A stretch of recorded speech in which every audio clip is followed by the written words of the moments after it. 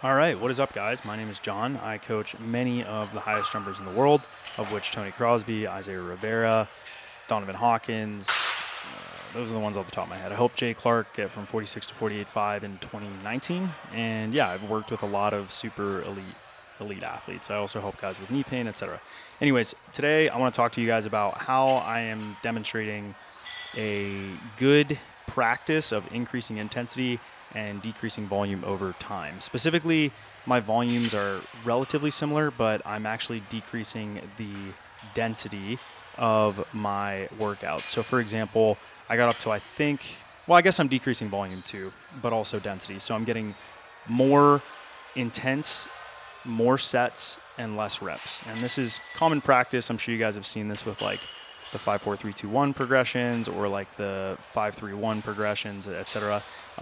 Those are just good kind of examples of this. That's not necessarily what I ascribe to, but just to give you guys an example of, someone who doesn't understand programming. Anyways, so I'm doing power snatch here. Last month, I was doing a lot of pulls. Pulls are great because there's less of a technical component and you can just really grip and rip the bar, which is great whenever you're trying to maximize your volume and increase cross-sectional area and still get generally high power outputs. There's no technical component to them. Now, when you start adding the catches in, like I am this month, you're getting more eccentric forces on the catch. There's more of a technical component. You have to have higher intent. You can kind of feel the fatigue more, and you can't get away with being lazy, right? Like if I don't do a good pull on these snatches and I am forward or behind and there's low intent, then I'm not going to complete the lift, and then obviously probably my power outputs are down.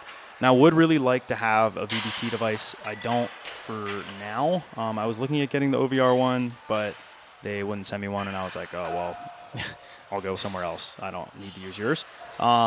So maybe I would use Encode as another one that's pretty good. I like the pulley systems because they're really quick and easy to use. Some people say the app is a little buggy on OVR, and I know that the Tendo units are not, like they're kind of pricey, not really. They're quick. They don't give you all the best metrics, which I don't like.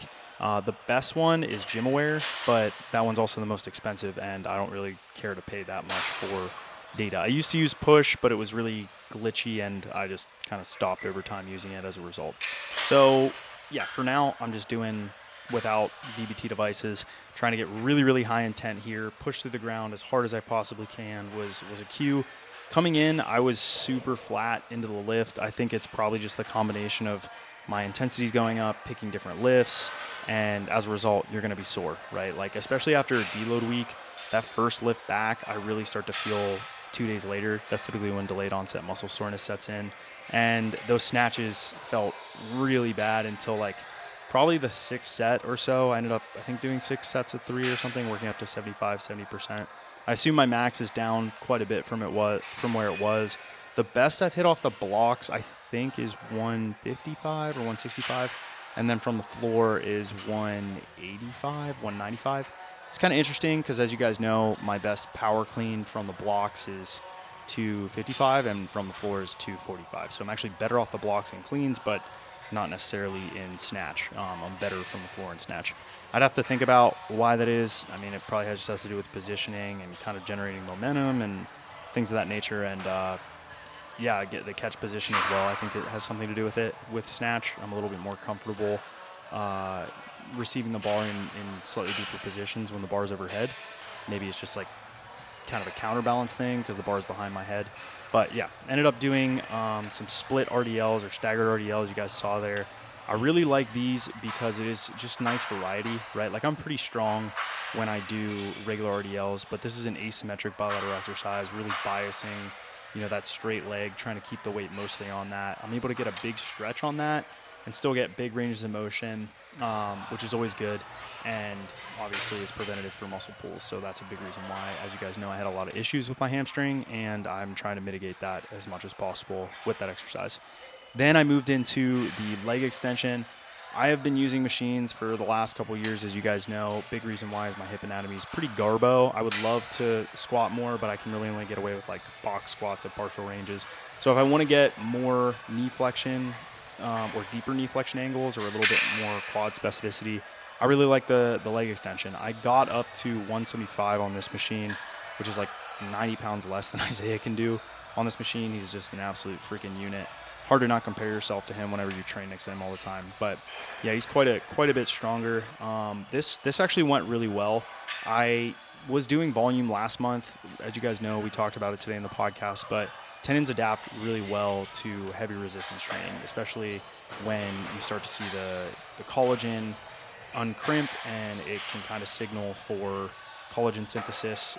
There's the tenocytes are kind of interesting in that sense too, and there's a little bit more to it that I don't really have time or the ability off the top of my head to rattle off. I'd have to get all those terms figured out. But yeah, it's really good for tendon stiffness. And obviously this is really intense on the patella. You can see, looking below my kneecap, you can see the kind of definition there going on with this. Went relatively heavy.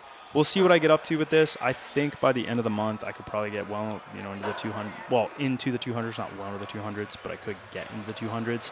That would be really good for me. Ended up doing some side bends. The gym was really busy today. I wanted to sprint, but I wasn't able to get to that. I might go and do them upstairs in the parking garage. We'll see if I have enough time. At the moment I'm recording this, it's like 5:30 on a Wednesday, so I still have other stuff I have to do on top of that. But we'll see. Maybe I'll get to it. And then I also have to do some barbell bench press because all the benches were taken. Finished up with seated calf raise. I really like this again. It's heavy, so you're going to see that it's good for tendon adaptation as well as muscle adaptation.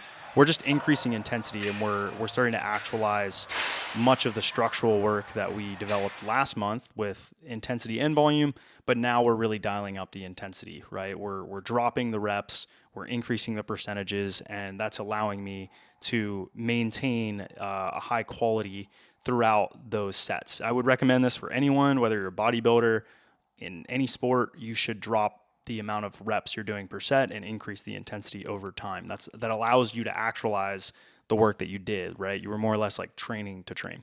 That all said, that's what I'm doing here. We'll see when I post this. Maybe I'll post it today, maybe tomorrow. If you guys don't know, we're running a Black Friday sale. If you missed like the initial 24-hour period, there's still a good sale going on. It's only like $15 difference still, but it's good. The prices are up, so if you're on the service, I encourage you to stay on the service because we're not going to lower the prices ever again.